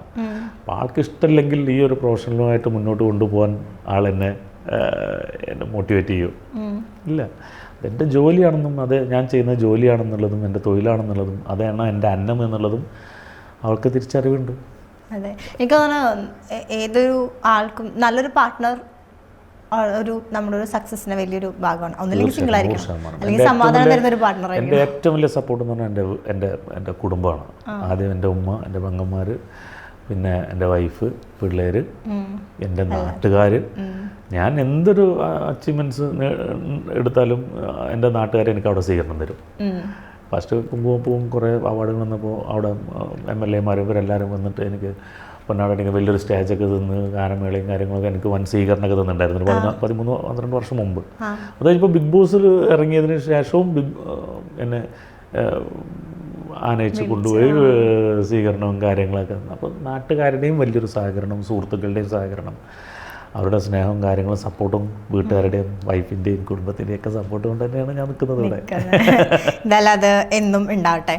അതേപോലെ തന്നെ നമ്മൾ ലാസ്റ്റിലേക്ക് വരുമ്പോഴേക്കും റീ എൻട്രി എങ്ങനെയുണ്ടായിരുന്നു? റീ എൻട്രി നിങ്ങളവിടെ തന്നെയായിരുന്നു, പക്ഷെ ഞമ്മൻ്റെയൊക്കെ റീ എൻട്രി എങ്ങനെ ഉണ്ടായിരുന്നു? റീ എൻട്രി എനിക്ക് തോന്നുന്നു അതിര് വരുമ്പോൾ കടന്നു വന്ന സംശയമുണ്ട്. റീ എൻട്രിയിൽ പറയാം ബിഗ് ബോസ് പുറത്തുള്ള കാര്യങ്ങളൊന്നും പറയാൻ പാടില്ല എന്നൊക്കെ പറഞ്ഞ കാര്യങ്ങളൊക്കെ പോയിട്ട് പുറത്തുള്ള കാര്യങ്ങളൊക്കെ വന്ന് പറഞ്ഞ് പ്രശ്നങ്ങൾ ഇഷ്യൂസൊക്കെ ഉണ്ടാക്കിയ പോലെയായിട്ട് എനിക്ക് തോന്നി. എനിക്ക് സത്യം പറഞ്ഞു കഴിഞ്ഞാൽ അനുമോള അവരോടാണ് നന്ദി പറയേണ്ടത് റീ എൻട്രി. കാരണം എനിക്ക് തോന്നുന്നു അനുമോള് വിൻ ചെയ്യാൻ ഒരു പ്രധാന കാരണം ചിലപ്പോൾ റീ എൻട്രി ആയിരിക്കും. ഒരാളെ വളഞ്ഞിട്ട് എല്ലാവരും കൂടി ആക്രമിക്കുമ്പോൾ സ്വാഭാവികമായിട്ട് നമുക്ക് വിഷമം തോന്നും. പിന്നെ എല്ലാവർക്കും ആളോടൊരു സിമ്പതി. എനിക്ക് തന്നെ അല്ല, ഞാൻ ആ ഒരു കരച്ചിൽ എൻ്റെ ലൈഫിൽ മറക്കൂല. അതിനോട് അതിന് അനുമോള് റീ എൻട്രി വന്നവരോട് നന്ദി പറയണം. അല്ല, ഞാൻ ഇപ്പോൾ റീ എൻട്രിയിൽ ഇപ്പോൾ എല്ലാ കോൺട്രവേഴ്സീസും ഉണ്ട്. എന്നാലും പെട്ടെന്ന് ഷാനവാസ്കയുടെ പറയുമ്പം എന്താണ് ഷാനവാസ്കേനെ നോർമലി അങ്ങനെ വലിയ വഴക്കുകളിലൊന്നും പെടാത്ത ഒരാളാണ്. വന്നാലിപ്പോൾ ജസ്റ്റ് അത് അപ്പം തന്നെ സോൾവ് ചെയ്ത് പോകുന്ന ഒരാളാണ് ഷാനവാസ്ക. ആരോടും പ്രത്യേകമായിട്ടൊരു വൈരാഗ്യം സൂക്ഷിക്കാനോ മുഖം കറുപ്പിച്ച് നടക്കാനോ അങ്ങനെയൊന്നും നിൽക്കാത്ത ഒരാളാണ്. ആരും ഷാനവാസ്കേൻ്റെ അടുത്ത് വന്നിട്ടും ഓവറായിട്ട് ചീത്ത പറയാനൊന്നും നിൽക്കാറുമില്ല. പക്ഷെ റീ എൻട്രിയിൽ വന്നപ്പോൾ എന്താണ് ആരോ നട്ടലില്ലാത്ത ആളെന്നൊക്കെ പറഞ്ഞു. എന്താ RJB's ഇൻ്റർവ്യൂവിൽ പോയിട്ട് പറയുന്നുണ്ടായിരുന്നു. ഞാൻ അതിനൊന്നും മറുപടി പറയണമെന്ന് വിചാരിച്ചിട്ടില്ല. അങ്ങനെ പല ആൾക്കാരും ഞാൻ അവിടെ ഗെയിമിൻ്റെ ഭാഗമായിട്ട് പറഞ്ഞ കാര്യങ്ങൾക്കൊക്കെ ഇവിടെ പല വ്യാഖ്യാനങ്ങളും കൊടുത്ത് ഇവിടെ പല വീഡിയോകളൊക്കെ ചെയ്തതായിട്ടൊക്കെ ഞാൻ പുറത്തിറങ്ങിയ ശേഷം ഞാൻ കണ്ടു. പക്ഷേ എനിക്ക് അതൊന്നും അവരൊന്നും മറുപടി അറിയിക്കുന്നില്ല. അതൊക്കെ ഗെയിമിൻ്റെ ഭാഗമായിട്ട് അവിടെ നടന്ന കാര്യങ്ങൾ. ഞാൻ ആരും ദ്രോഹിക്കണമെന്നും വിചാരിച്ചിട്ടൊന്നുമില്ല. ഗെയിമിൻ്റെ ഭാഗമായിട്ട് ചില ആൾക്കാർ നമ്മളെ പോയിൻ്റ് ഔട്ട് ചെയ്യുമ്പോൾ അതൊരു പോയിന്റിൽ നിർത്തണം എന്നുള്ളതുകൊണ്ടാണ് പല കാര്യങ്ങളും നമ്മളവിടെ പറഞ്ഞത്. ഒരാളെയും ദ്രോഹിക്കാൻ വേണ്ടിയിട്ട് പറഞ്ഞ കാര്യങ്ങളൊന്നുമില്ല. ഞാൻ അങ്ങനെ പറഞ്ഞിട്ടില്ല എന്നുള്ളതൊക്കെ ഞാൻ ബിൻസിയോട് ഞാൻ പറഞ്ഞിട്ടുണ്ടായിരുന്നു. ഞാൻ നിങ്ങളെ ദ്രോഹിക്കാൻ വേണ്ടിയിട്ടൊന്നും ഞാനൊന്നും പറഞ്ഞിട്ടില്ല, ഇതാക്കിയിട്ടില്ല. അപ്പാനിയൊക്കെ എനിക്കെതിരെ ഭയങ്കരമായിട്ട് ഒരു ഗ്രൂപ്പ് തിരിഞ്ഞ് എന്നെ ആക്രമിക്കാൻ വന്നപ്പോൾ തിരിഞ്ഞപ്പോൾ ഞാൻ ഒരു പൊടിക്ക് നിർത്താൻ വേണ്ടിയിട്ട് ഞാൻ പറഞ്ഞു, മോനെ കളിക്കണ്ട, പല കാര്യങ്ങളും ഇവിടെ സംസാരിക്കുന്നത് കേൾക്കുന്നുണ്ട്, കൂടുതൽ എന്നെ കൊണ്ട് സംസാരിപ്പിക്കരുത് എന്ന് മാത്രമേ ഞാൻ പറഞ്ഞിട്ടുള്ളൂ. എൻ്റെ പുറത്തോട്ടൊന്നും ഞാൻ പറഞ്ഞിട്ടില്ല.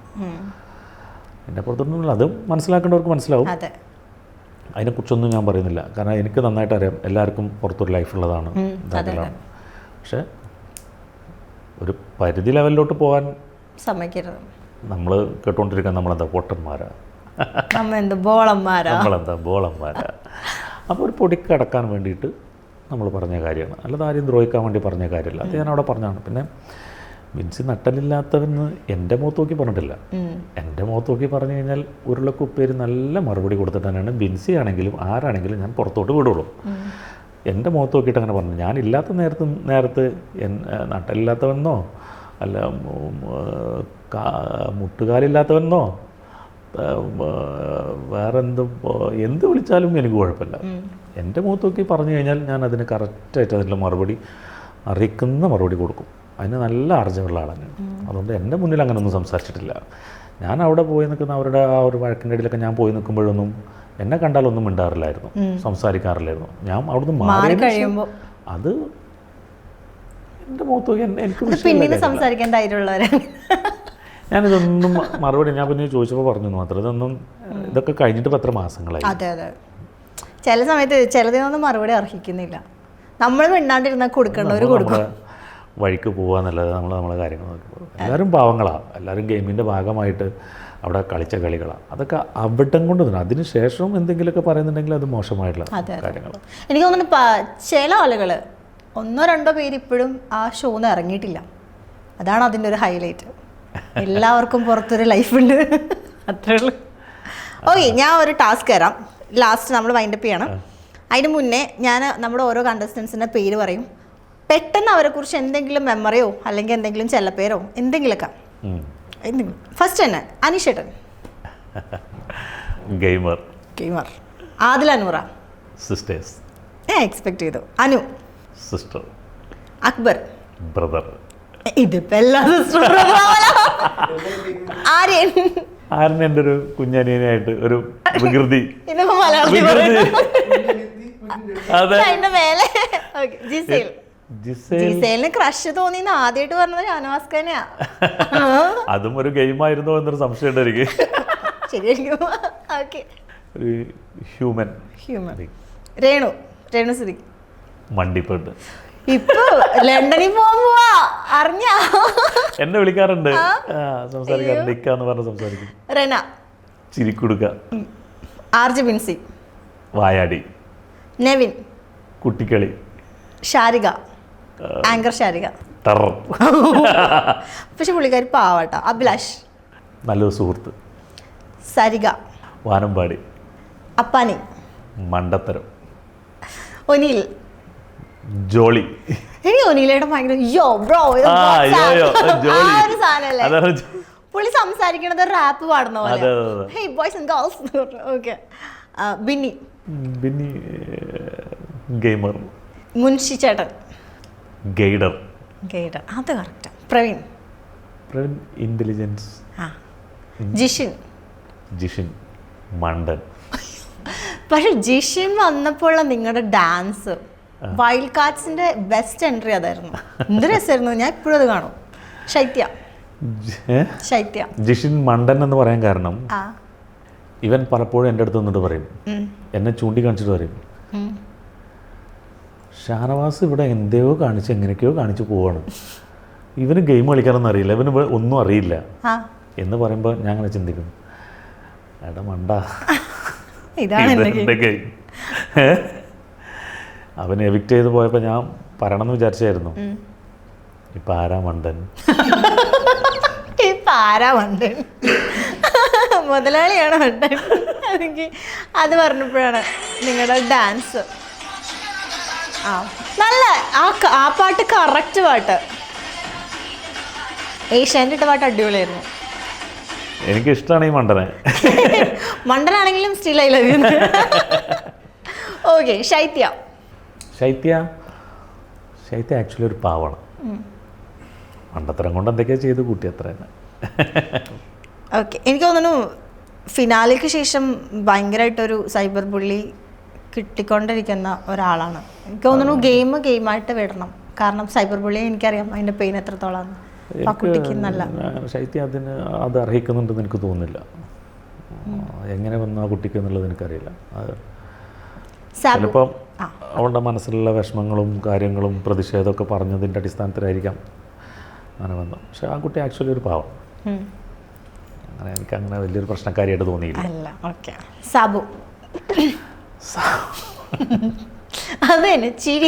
സാബുമാൻ ഒരു ചിരിക്കുടുക്ക. പക്ഷേ സാബുമാൻ ഞങ്ങൾ ആസ്വദിച്ച് വരുമ്പോഴാണ് അവൻ പോയത്. ഞങ്ങൾ ശരിക്ക് ആ ഫൈനൽ അവൻ പോകുന്നതിൻ്റെ തൊട്ട് മുമ്പാണ് ഞങ്ങൾ ഭയങ്കര സൗഹൃദത്തിലായതും ഞങ്ങൾ ഭയങ്കര രസകരമായ കുറേ മുഹൂർത്തങ്ങളൊക്കെ ഉണ്ടായതും. ആ നൂറ നടന്നു പോകുന്ന സമയത്ത് കമൻ്റ് അടിക്കുന്നൊരു സാധനം ഉണ്ടല്ലോ, അങ്ങനൊരു സാധനം, അത് ഭയങ്കര ഹിറ്റായിരുന്നു പുറത്ത് പോകുന്നത്. ഞങ്ങൾ വന്നപ്പോൾ നമ്മൾ ഒരുപാട് കണ്ടു. എൻ്റെ ഇൻസ്റ്റത്തിന് അതിന് മില്യൺസ് അടിച്ചിട്ടുണ്ട്. അപ്പോൾ ആ സമയത്ത് അങ്ങനെ എനിക്ക് അവൻ പോയപ്പോൾ ഭയങ്കര വിഷമമായിരുന്നു. കാരണം ഞങ്ങൾ തമ്മിൽ നല്ലൊരു സൗഹൃദം, ഭയങ്കര രസം, ഞങ്ങൾ ആസ്വദിച്ചു വരുമായിരുന്നു. ആള് എപ്പോഴും ഇങ്ങനെ ചിരിച്ചുകൊണ്ടിരിക്കും. ഓക്കെ.